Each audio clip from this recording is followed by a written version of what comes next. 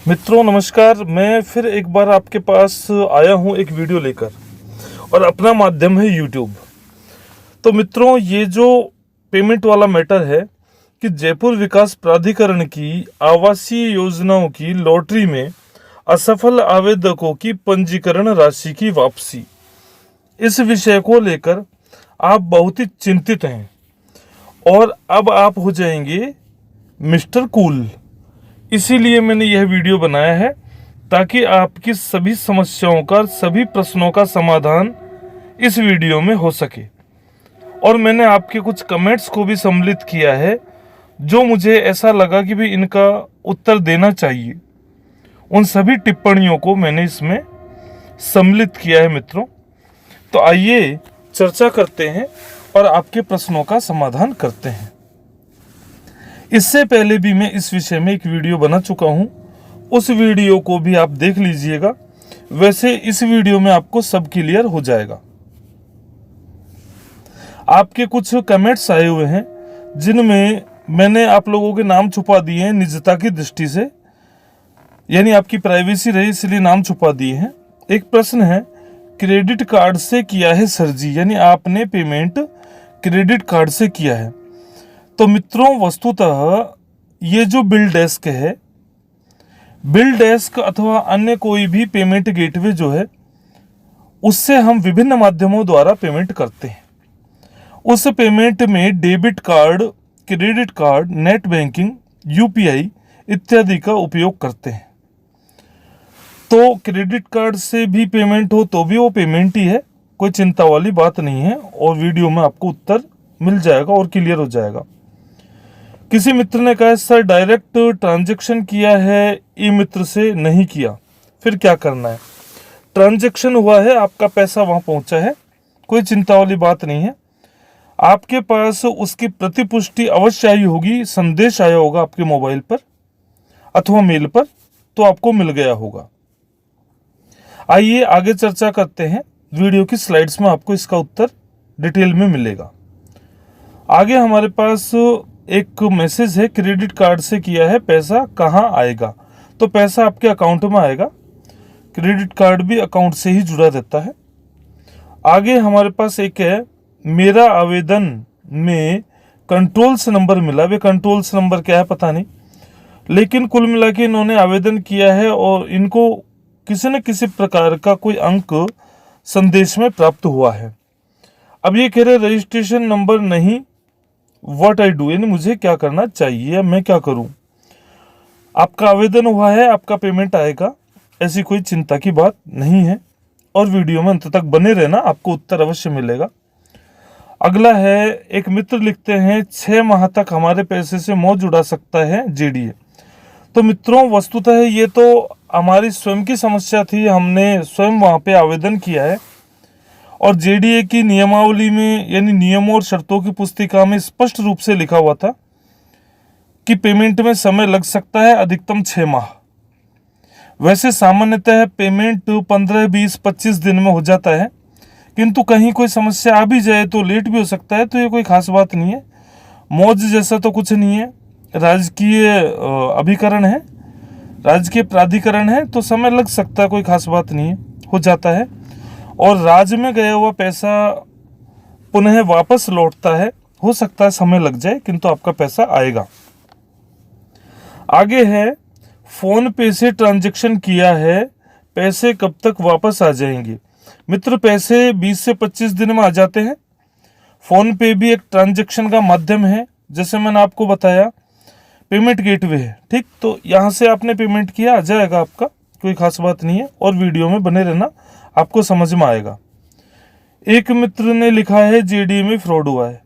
देखो मित्रों, जेडीए में फ्रॉड हुआ है ऐसा नहीं कह सकते।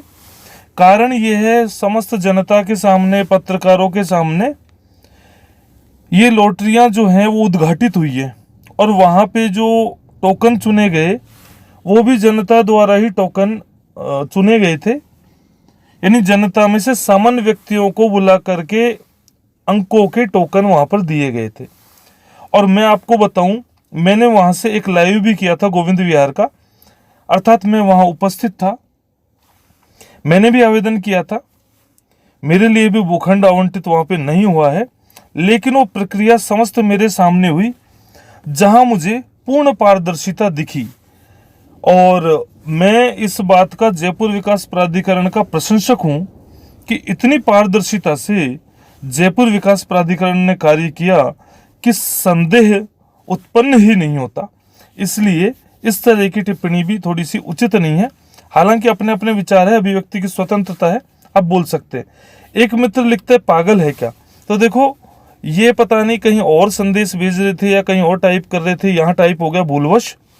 किंतु मैं प्रसन्न हूं कि इन्होंने कुछ तो अपनी टिप्पणी की, और टिप्पणी मित्रों आती रहनी चाहिए, जिससे क्या है कि वीडियो जीवित रहता है और उत्साहित मैं होता हूं कि आपको वीडियो बना सकूं।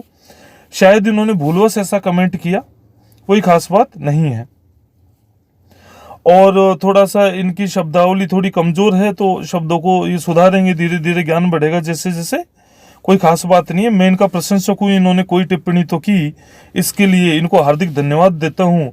और मैंने इनकी टिप्पणी को लाइक भी किया है, देख लीजिएगा। आगे बढ़ते हैं। अब हम चलते हैं मूल बिंदु पर। मित्रों, आवेदकों के लिए नियमों एवं शर्तों की जो पुस्तिका थी, उसका जो नियम है, नियम संख्या 8, मैं उसकी मूल शब्दावली आपके समक्ष उद्घाटित कर रहा हूं। असफल आवेदकों को पंजीकरण राशि की वापसी, यह इसका नियम का शीर्षक है। आइए अब चर्चा करते हैं। इसकी 5-7 लाइनें हैं, उससे सब कुछ स्पष्ट हो जाएगा। आइए चर्चा करते हैं उस पर। यह पहली स्लाइड है। इसको स्पष्ट करने से पहले मैं दूसरी स्लाइड को पढ़ना पसंद करूंगा, जिससे आपकी कई समस्याओं का निदान हो जाएगा और आपके संदेह दूर होंगे। 8.2 यानी नियम संख्या 8 का उपनियम 8.2 कहता है, असफल आवेदकों को लॉटरी दिनांक से 6 माह तक जयपुर विकास प्राधिकरण द्वारा कोई ब्याज देय नहीं होगा। मित्रों, सामान्यतः राशि 15 से 20-25 दिन तक वापस आ जाती है, किंतु किसी तकनीकी कारण से यदि समय लग जाता है तो 6 माह तक कोई ब्याज देय नहीं होगा। यानी आप ऐसा कोई दावा नहीं कर सकते कि भाई हमको हमारी राशि का ब्याज दे दो। आगे कहते हैं, आवेदक द्वारा गलत IFS कोड, यानी जो बैंक का एक स्पेशल कोड होता है, आपके अकाउंट का साथ वह अटैच होता है, ये उस बैंक विशेष का कोड है। सभी खाता धारकों का वही IFSC कोड होता है, उस बैंक वाला कोड ही इसमें स्पष्ट हो गया है। ठीक, तो गलत IFS कोड नहीं होना चाहिए। यह बैंक का एक विशेष नंबर है जो उस बैंक को इंगित करता है। आपकी बैंक खाता संख्या, यह आपकी व्यक्तिगत बैंक खाता संख्या होती है, यानी आपके खाते से संबंधित संख्या है, यह भी गलत नहीं होना चाहिए। एवं खाते के नाम के कारण, मान लो आपके खाते में अलग नाम है और आपने टाइप करते समय कुछ अलग नाम आवेदन में लिख दिया, तो उसमें भी कभी कभी कोई तकनीकी समस्या हो जाती है। अथवा बैंक खाता बंद होने की स्थिति में पंजीयन राशि लौटाए जाने में विलंब होने पर जयपुर विकास प्राधिकरण द्वारा कोई ब्याज देय नहीं होगा। मित्रों, 6 महीने तक तो वैसे कोई ब्याज देय नहीं है। उसके बाद अगर आपकी कोई त्रुटि है, कोई भी तकनीकी त्रुटि है उसमें, जैसे IFS कोड बैंक का आपने गलत लिख दिया, बैंक में जो आपका खाता नंबर है वो आपने उसमें गलत डाल दिया आवेदन करते समय, खाते में नाम अलग है और आवेदन में अलग है, तो भी समस्या हो जाएगी, है ना। और बैंक खाता बंद होने की स्थिति में भी ऐसा हो जाता है, तो आपको कोई ब्याज देय नहीं होगा। अब चलते हैं हम नियम संख्या 8.1, जो कि नियम संख्या 8 का उपनियम है।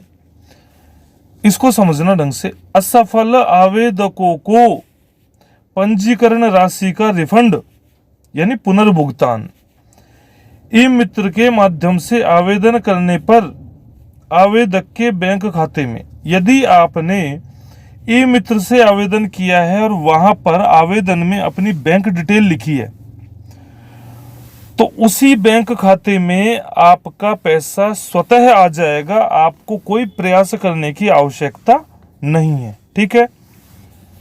और उसमें मैंने आपको पहले भी बताया था, जैसे ही आप फॉर्म भरेंगे तो आवेदन करते समय वहां पे क्यूआर कोड आया होगा, उस क्यूआर कोड को आपने स्कैन किया, लेकिन आपने आवेदन में अपना खाता संख्या भी दिया है, तो उसी खाते संख्या में आपका पेमेंट स्वतः आ जाएगा। कोई प्रयास करने की आवश्यकता नहीं है। जैसे जैसे जयपुर विकास प्राधिकरण आवेदनों का निस्तारण करेगा, उसी समय वह असफल आवेदकों की राशि उनके अकाउंट में भेजता जाएगा, ऐसा मुझे पूर्ण विश्वास है। तथा ऑनलाइन माध्यम बिल डेस्क से आवेदन करने पर जिस माध्यम से राशि प्राप्त हुई है, किसको? जयपुर विकास प्राधिकरण को जिस माध्यम से राशि प्राप्त हुई है, मैंने आपको बताया था बिल डेस्क में आपके पेमेंट करने के भिन्न भिन्न तरीके थे।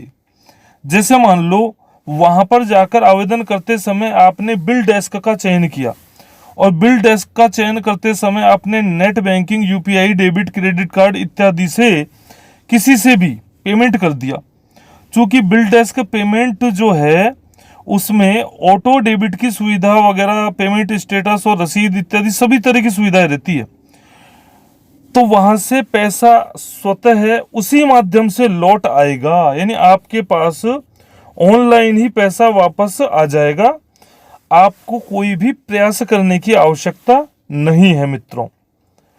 और आप जाएं ई मित्र वाले से बिना काम इधर उधर की बात करें, इससे अच्छा है आप प्रतीक्षा करें, आपका पैसा स्वतः आपके खाते में आ जाएगा। लेकिन यह है कि भाई इस प्रक्रिया में थोड़ा समय लग सकता है।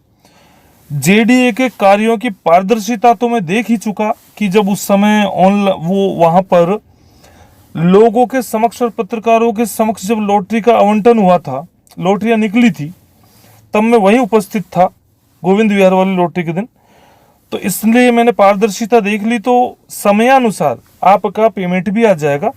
यदि आपका पेमेंट अटक जाता है तो आप जेडीए के हेल्पलाइन नंबरों पे संपर्क कर सकते हैं, अथवा जयपुर विकास प्राधिकरण में जाकर के वहां पर जो भी व्यक्ति, संबंधित व्यक्ति हो, उससे संपर्क कर सकते हैं, बातचीत कर सकते हैं, पूछ सकते हैं।